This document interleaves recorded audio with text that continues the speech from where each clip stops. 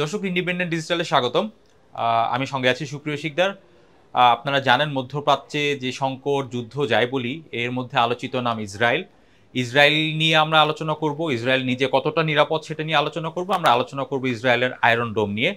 এই আলোচনার জন্য আমাদের সঙ্গে যুক্ত আছেন ইন্ডিপেন্ডেন্ট ডিজিটালের নির্বাহী সম্পাদক সেলিম খান। সেলিম খান, আপনাকে স্বাগতম। সেলিম খান, আপনি জানেন আমি শুরুতেই বলছিলাম যে ইসরায়েল নিজে কতটা নিরাপদ, পাশাপাশি ইসরায়েলের যে আয়রন ডোম নিয়ে আলোচনা হচ্ছে, সারা বিশ্বে কথা হচ্ছে, সেটি নিয়ে আমরা আলোচনা করব। শুরুতে আপনার কাছে জানতে চাই যে গত বছর এই দিনে ইসরায়েল হামাস যে হামলার ঘটনা চালিয়েছিল, বা এক বছর পূর্তি হলো, পাশাপাশি এরপর থেকে ইসরায়েল একচ্ছত্র অভিযান চালাচ্ছে। ইসরায়েল আসলে কতটা নিরাপদ, নিজে কতটা নিরাপদ? ইসরায়েল যে নিরাপদ না সেটা কিন্তু এক বছর আগেই প্রমাণিত।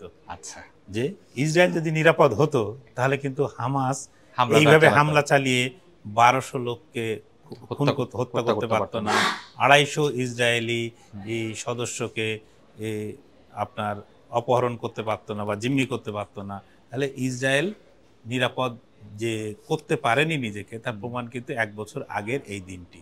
আচ্ছা, দুই, ইসরায়েল এরপর থেকে যেটা আপনি বললেন যে একচ্ছত্র অভিযান চালানো শুরু করেছে, শুধু হামাস অধ্যুষিত এলাকা না, আপনার পাশাপাশি লেবানন, সিরিয়া, সর্বত্র এই যে হামলাগুলো তারা চালাচ্ছে, এতে প্রায় 50,000-এর বেশি মানুষ মারা গেছে।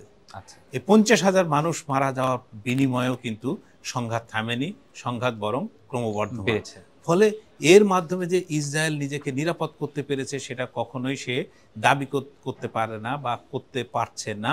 যদি পারত তাহলে কিন্তু তারা সংঘাত থামিয়ে দিতে পারত। আপনি যদি দেখেন যে ইসরায়েলের পাশে যে জায়গাগুলো, সিরিয়া বা লেবানন বা গাজার পাশে যে ইসরায়েলিরা বসতি স্থাপন করে আছেন বা বসবাস করেন, তাদেরকে কিন্তু একটা বিপুল সংখ্যক বলা হচ্ছে, কোনোটায় বলা হচ্ছে 80,000, কোনোটায় বলা হচ্ছে 1 লাখ, কোনোটায় বলা হচ্ছে তার চেয়ে বেশি।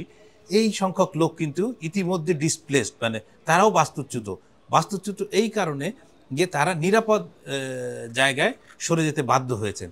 তার মানে শুধু ইসরায়েল হামলা চালানোর কারণে কিন্তু যে গাজায় বা লেবাননে, বৈরুতে মানুষ বাস্তুচ্যুত হয়নি, ইসরায়েলের মানুষও বাস্তুচ্যুত হয়েছে। এবং ইসরায়েলে কোনো ধরনের আপনার স্থল অভিযান কিন্তু কেউ চালায়নি। যেটুকু চালাচ্ছে আকাশ থেকে, আকাশসীমা ব্যবহার করে আপনার রকেট হামলা চলছে বা ড্রোন হামলা চলছে, এই ধরনের হামলা চলছে। আর ইরান কয়েকটি ক্ষেপণাস্ত্র হামলা চালিয়েছে, তার মাধ্যমেও কিন্তু ইসরায়েলিরা বাস্তুচ্যুত হয়েছে।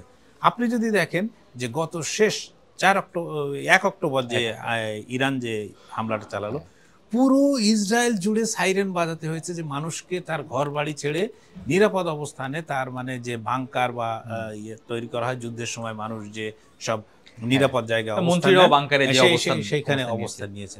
তার মানে ইসরায়েল তার নাগরিককে এত চেষ্টা করেও নিরাপদ করতে পারছে না। তার মানে নিরাপত্তা আনা সম্ভব হয়নি তাদের পক্ষে।